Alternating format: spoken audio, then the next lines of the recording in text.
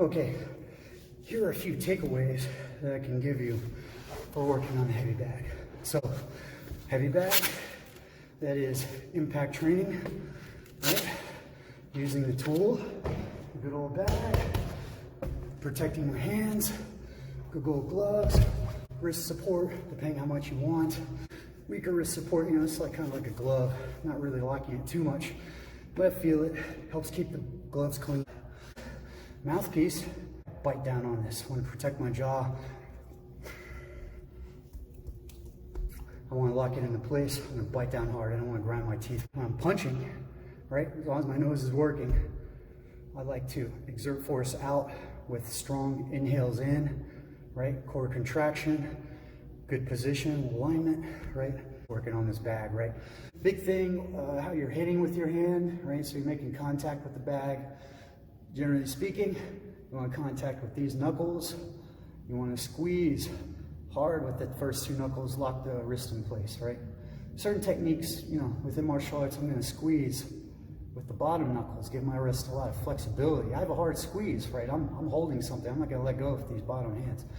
Or a really hard squeeze, but I'm flexible. Once I lock my hand with the top knuckles, the harder I squeeze, the harder my wrist does not want to bend.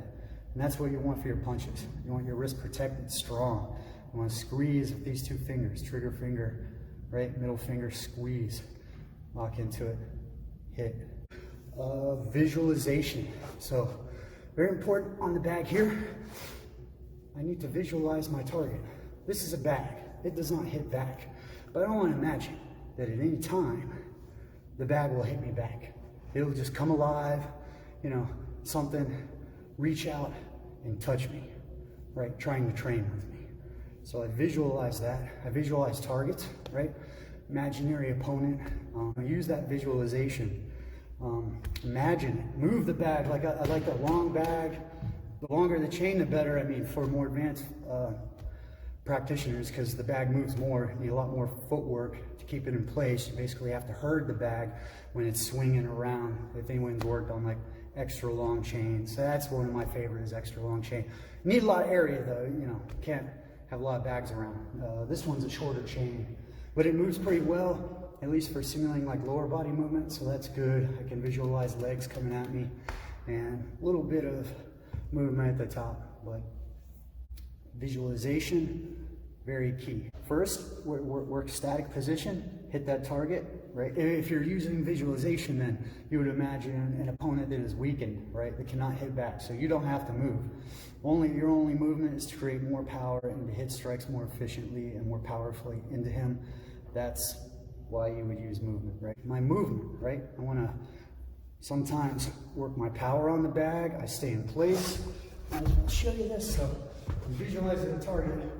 At first, I'm just going to sharpen my tools, right? I'm going to hit the bag, sharpening my tools, making individual tools, combination of attacks, right? Sharpen all those mechanical attacking techniques, right, with my punches.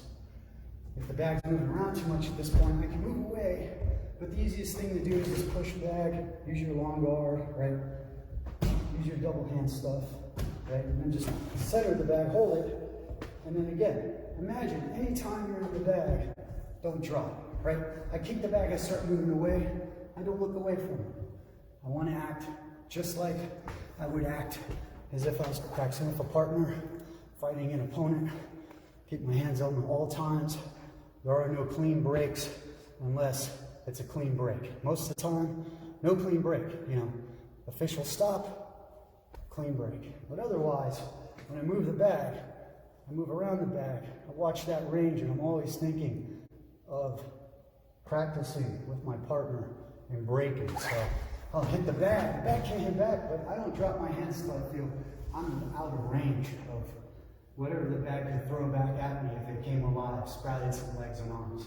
The operator mentality, if your opponent is also skilled, right, your practice partner is very skilled, they're not going to be standing there, trying to get hit. And especially when we're sparring, we're protecting our partner, we're going to do more movement-based training where you want to get good, work on this bag, moving, right?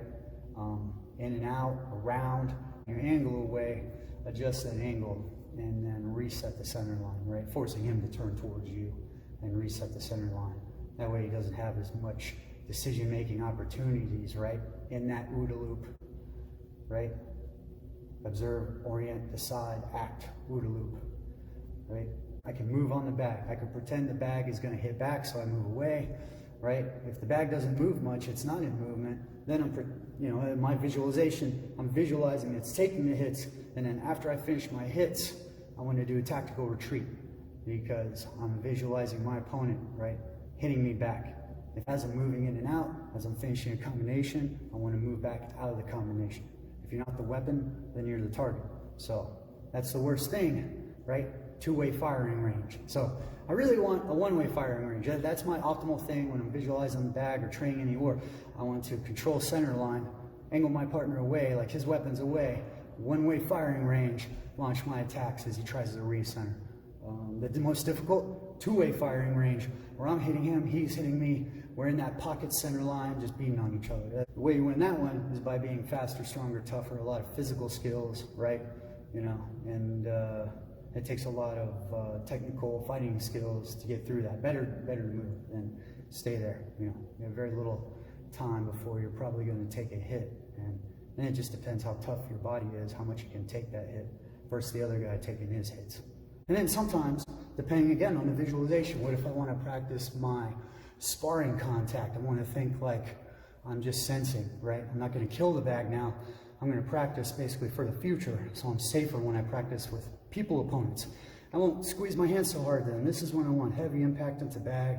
I want to cause, as much damage as I can, or, impact as I can into that bag. When I'm training, practicing to, be fluid, I'm going to hold my okay hands. You could say you're holding a teacup. I've heard that.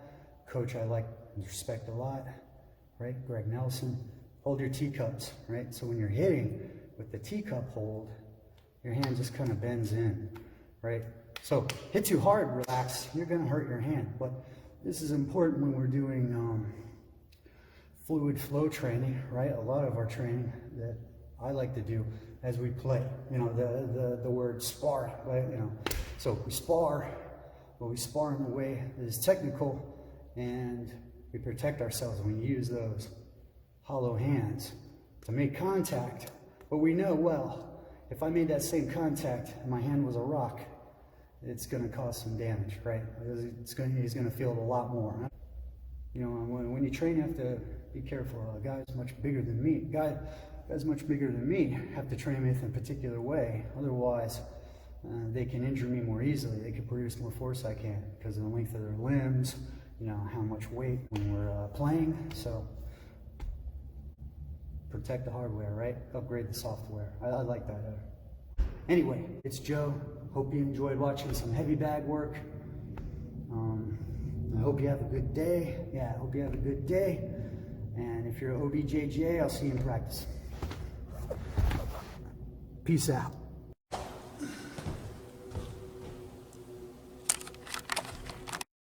Right, the new future of bags, right? And, as soon as we have like robot fighting tools, I'm sure, you have a heavy bag robot that can walk around, just take punishment. Yeah, we need to organize that. Hit me up down at Boston Dynamics, right? We need like for the billionaires at first, if they want to do a little kickboxing, they have this robot that, moves around and freaking punch the crap out of it. strike it, kick it, elbow, whatever. But, hell yeah. Anyway, all right, don't tangent. Yeah, big thing, visualization,